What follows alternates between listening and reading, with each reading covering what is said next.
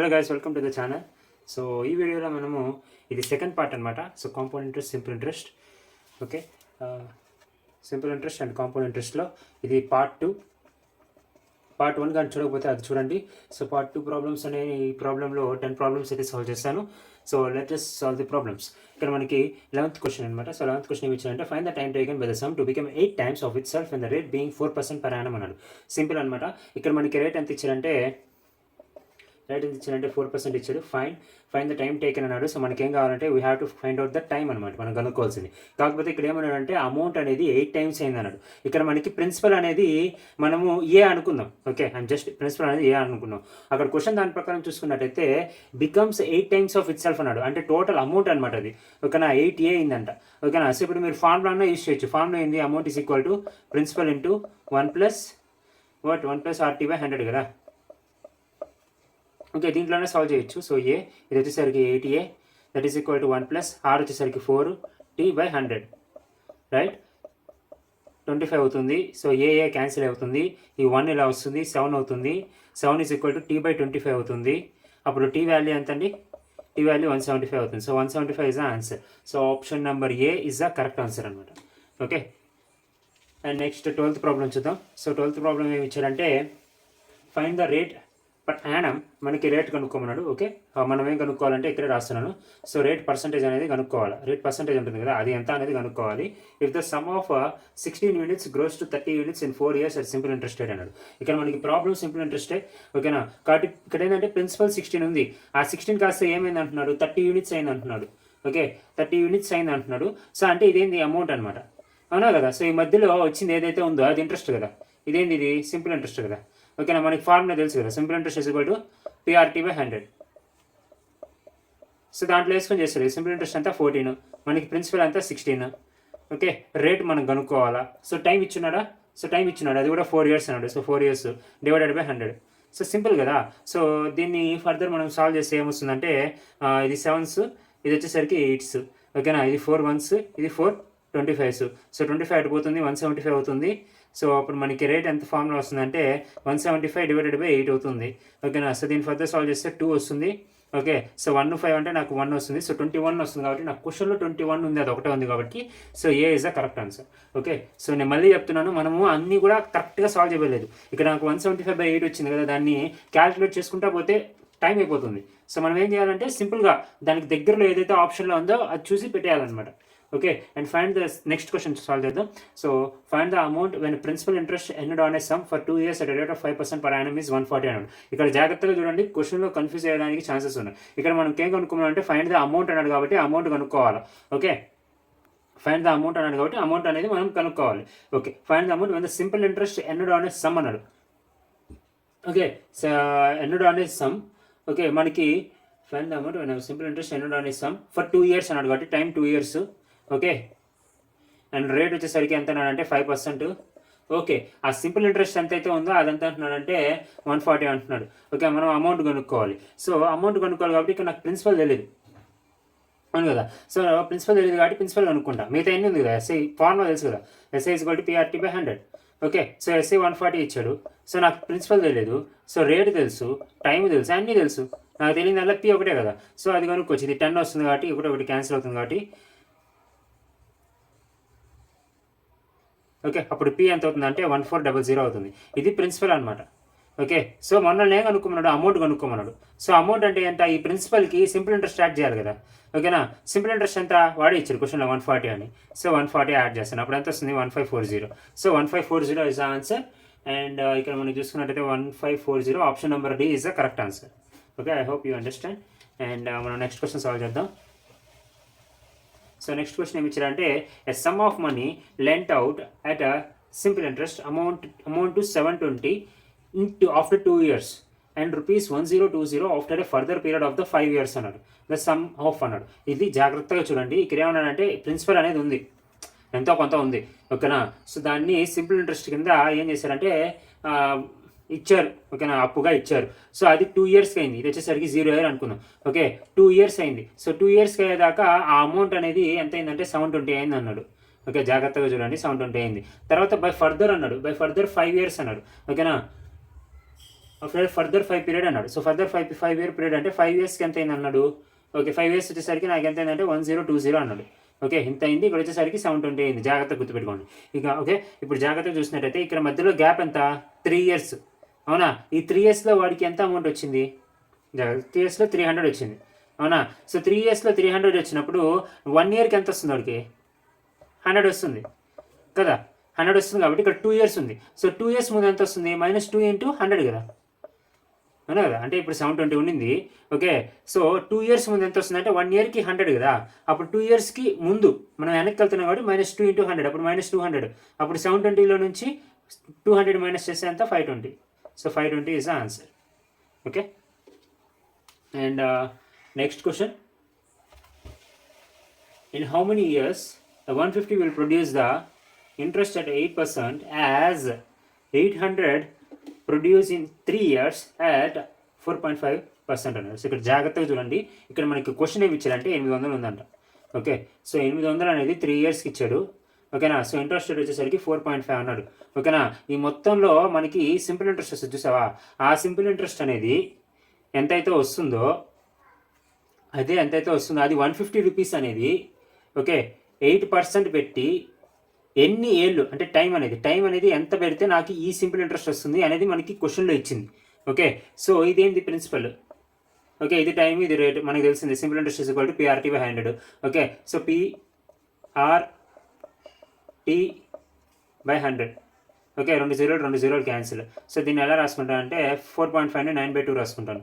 So into 3 అప్పుడు నాకు 4 cancel. So 4 9 36 3 అంతా 108. సో నాకు ఇక్కడ వచ్చింది సింపుల్ ఇంట్రెస్ట్ 108. సో అదే తీసుకెళ్ళి 7 ఫార్ములా రాస్తా. ఈ కేసుకి రాసుకుంటా. సింపుల్ ఇంట్రెస్ట్ నాకు తెలుసు 108. ఓకే ప్రిన్సిపల్ అంతా 150. ఓకే రేట్ అంతా 8. ప్రిన్సిపల్ రేట్ ఇంటూ టైమే నాకు కావాలి. సో 100. సో సింపుల్ కదా. ఇది వచ్చేసరికి 3s, ఇది వచ్చేసరికి 2s. ఓకే మనము ఫర్దర్ సాల్వ్ చేస్తే ఇది 1s, ఇది వచ్చేసరికి ఎంత 4s. 3 × 4 అంతా 12 వస్తుంది. సో 12 ఎంత వస్తుంది 9. So T is equal to ఎంత 9. Okay so 9 years is the answer. Okay next question solve చేద్దాం. In how much time would the simple interest on a certain sum be 0.5 times 0.125 times the principal at 10% per annum. So ఇక్కడ మనకి simple interest అన్నాడు కాబట్టి చాలా easy. Rate వచ్చేసరికి ఎంత 10% per annum. Okay కాకపోతే ఇక్కడ ఏమన్నాడంటే సింపుల్ ఇంట్రెస్ట్ అనే సర్టైన్ సమ్ అన్నాడు. అంటే సింపుల్ ఇంట్రెస్ట్ అనేది అంటే ప్రిన్సిపల్ ఏ అయితే సింపుల్ ఇంట్రెస్ట్ అనేది 0.125 times ఆఫ్ ద ప్రిన్సిపల్ అవ్వాలి అంటున్నాడు. అది అనమాట. అందుకని ప్రిన్సిపల్ ఏ రాసుకున్నా, ఇది 0.125 ఏ రాసుకున్నా. ఇప్పుడు నాకు అడిగింది క్వశ్చన్లో ఏం అడిగాడు అంటే T అడిగాడు. అంతే కదా, same formula. Simple interest is equal to direct రాసిన simple interest is equal to P × R10. T నాకు తెలియదు కాబట్టి T కనుక్కోవాలి కాబట్టి T/100. ఓకే సో అప్పుడు నాకు 0 ఇది క్యాన్సిల్. సో నేను దీన్ని ఎలా రాసుకోవచ్చు, 0.15ని నేను ఎలా రాసుకోవచ్చు అంటే 1/8 రాసుకోవచ్చు. 1/8 అనేది 0.125. ఓకే ఇది క్యాన్సిల్. సో అప్పుడు ఎంత వస్తుంది T/10 వస్తుంది. అప్పుడు T ఈజ్ ఈక్వల్ టు ఎంత అంటే 10/8 వస్తుంది. సో దీన్ని ఫర్దర్ సాల్వ్ చేసినట్టయితే 5/, ఓకేనా. సో 2 5s 2 4s 5/4 వస్తుంది. అప్పుడు ఎంత అంటే 1.25 is the answer. Okay and next 17th question solve చేద్దాం. సో 17th క్వశ్చన్ ఏమి ఇచ్చారంటే if the simple interest is 6/7 times of the principal for 3 years and find the rate of interest అని. చాలా simple formula అనమాట. అంతే ఇక్కడ మనకి ఇచ్చింది రాసుకోండి. ఓకేనా సింపుల్ ఇంట్రెస్ట్ ఎంత అన్నాడు 6/7 times ఆఫ్ ద ప్రిన్సిపల్ అన్నాడు. ఓకే ప్రిన్సిపల్ని P రాసుకున్నాను. ఓకే నాకేం తెలుసు అంటే సింపుల్ ఇంట్రెస్ట్ ఫార్ములా ఏం తెలుసు కదా, simple interest is equal to PRT/100. Okay P × R × T/100. Okay simple interest వచ్చేసరికి 6/7 P రాస్తాను. ఓకే ఇది PA. సో రేట్ ఎంత ఇచ్చారంటే మనకి రేట్ ఇవ్వలేదు, అదే మనం కనుక్కోవాలి. సో టైం పీరియడ్ ఎంత ఇచ్చారంటే 3 ఇచ్చారు /100. ఓకే ఇది 3 1s, ఇదంతా 3 2s. ఓకే అప్పుడు రేట్ ఈ PP క్యాన్సిల్ అయిపోతుంది. సో రేట్ ఎంత వస్తుందంటే 2/7 × 100. ఓకే మీరు కానీ పర్సెంటేజెస్ ఇంటూ ఫ్రాక్షన్స్ అని కానీ నేర్చుకున్నట్టయితే 2/7ని ఈజీగా రాసేయచ్చు 28.57 అని. Okay 28.57 is answer. Okay and next question చూద్దాం. The rate at which a sum becomes 4 times of itself in 10 years at a simple interest rate will be అన్నాడు. సో ఇక్కడ మనం జాగ్రత్తగా చూసుకున్నట్టయితే ఇక్కడ మనకి ప్రిన్సిపల్ అనేది సమ్ అంటే ప్రిన్సిపల్ అనేది P అనుకుందాం. ఓకే ప్రిన్సిపల్ అనేది P అనుకుందాం. ఓకేనా some becomes 4 times of itself అన్నాడు. అంటే అమౌంట్ అనమాట ఇది. ఓకేనా అమౌంట్ అనేది ఎంత అయిందంట 4p అయిందంట. సో ఈ మధ్యలో ఇంట్రెస్ట్ ఎంత 3p అనేది ఇంక్రీజ్ అయింది, అవునా కదా. సో 3p ఈజ్ వాట్, దీన్ని మనం ఏమంటాం అంటే సింపుల్ ఇంట్రెస్ట్ అంట. ఓకే, సింపుల్ ఇంట్రెస్ట్ వచ్చేసింది. సో టైం ఎంత అన్నాడు 10 years అన్నాడు. ఓకేనా, ఇప్పుడు మాకేం కావాలా, రేట్ కావాలా. Same formula, simple interest is equal to, ఓకేనా. సో ప్రిన్సిపల్ p ఇంటూ ఆ రేట్ నాకు కావాలి కాబట్టి టైంని t10గా రాస్తున్నాను బై 100. సింపుల్ ఇంట్రెస్ట్ వచ్చేసరికి నాకు 3p వచ్చేసింది. సో 3p రాసుకుంటాను. ఓకే, సో నేను ఇక్కడే రబ్ చేసి రాసుకుంటాను, కన్ఫ్యూజన్గా ఉండకూడదు. ఓకే, సింపుల్ ఇంట్రెస్ట్ 3p కాబట్టి 3p రాసుకుంటాను. సో అప్పుడు p క్యాన్సిల్, సో ఇది క్యాన్సిల్, అప్పుడు రేట్ ఎంత వస్తుంది 30 వస్తుంది. So 30% is the right answer. Okay, and option number C is the correct answer. Okay, and next question, how long will it take a sum of money invested at 6% to grow its value by 48%? ఇక్కడ మీరు క్వశ్చన్ని చాలా జాగ్రత్తగా చదవాలి. ఓకేనా, ఇక్కడ question ఏమి ఇచ్చారంటే ఇన్వెస్టెడ్ 6% అన్నాడు. అంటే దాని అర్థం ఏంటంటే రేట్ అనేది 6% అన్నాడు. Okay, to grow its value by 48% అన్నాడు. అంటే ఏం లేదు, ఏ value, to grow its value అన్నాడు కదా. ఆ ఇట్స్ ఏంటంటే అది ప్రిన్సిపల్ అనమాట, ఇనిషియల్ వాల్యూ ప్రిన్సిపల్. దీన్ని ఏమన్నాడంటే 48% అనేది ఇంక్రీజ్ అవ్వాలి అంటే ఏం చేయాలి అన్నాడు. ఓకేనా, సో నేను ఇక్కడ సింపుల్గా ఏమనుకుంటా అంటే ప్రిన్సిపల్ అనేది ఏమనుకుంటాను 100 అనుకుంటా, 100A అనుకుంటా. ఓకేనా, 100A అనుకుంటా. ఇప్పుడు అమౌంట్ ఎంత అవ్వాలా, దీనికి 48% ఇంక్రీజ్ అవ్వాలా అంటే 148A అవ్వాలి. ఓకే, అర్థమవుతుందా, 148A అనేది అమౌంట్ అవ్వాలి. అది ఆ క్వశ్చన్ యొక్క meaning. To grow its value by 48% అంటే ఇక్కడ మీకు 48% అనేది ఇంక్రీజ్ అయింది, అది వాడు ఇచ్చింది. దాన్ని మనం ఇలా రిప్రజెంట్ చేసుకుంటాం. ఓకే, సో ఇప్పుడు మనకి ఎంత సింపుల్ ఇంట్రెస్ట్ రావాలి, దాని అర్థము 48A అనేది సింపుల్ ఇంట్రెస్ట్ రావాలి. సేమ్ ఫార్ములా యూస్ చేసుకోవడమే. ఓకేనా, simple interest is equal to PRT by 100. Simple interest ఎంత మనకి 48A. ఇదిదో ప్రిన్సిపల్కి అమౌంట్కి డిఫరెన్స్ ఏదైతే ఉందో అదే సింపుల్ ఇంట్రెస్ట్ అనమాట. Okay, 48A. ఇంకా ప్రిన్సిపల్ ఎంత, ప్రిన్సిపల్ని మనం ఏ రాసుకున్నాం, ప్రిన్సిపల్ వచ్చేసరికి 100A కదా. So 100A. Okay, so rate ఎంత అన్నాడు, సో రేట్ మనకి 6% ఇచ్చాడు. సో మనం కనుక్కోవాల్సింది టైమే కాబట్టి టైం ఇది రాసాను. సో 100 క్యాన్సిల్, ఏ క్యాన్సిల్. సో ఇది అందరికీ తెలిసిందే, T is equal to 80. 8 years is the correct answer. Okay, and going to the 20th question. So ఈ వీడియోలో ఇదే last question. Okay, and if a sum of money at simple interest doubles in 5 years, it will become 6 times in అన్నాడు. So ఇక్కడ నేను previous వీడియోలో కూడా చెప్పాను. So ఇక్కడ సింపుల్ ఏమన్నాడు, ఇక్కడ ప్రిన్సిపల్ P అనేది ఉంది.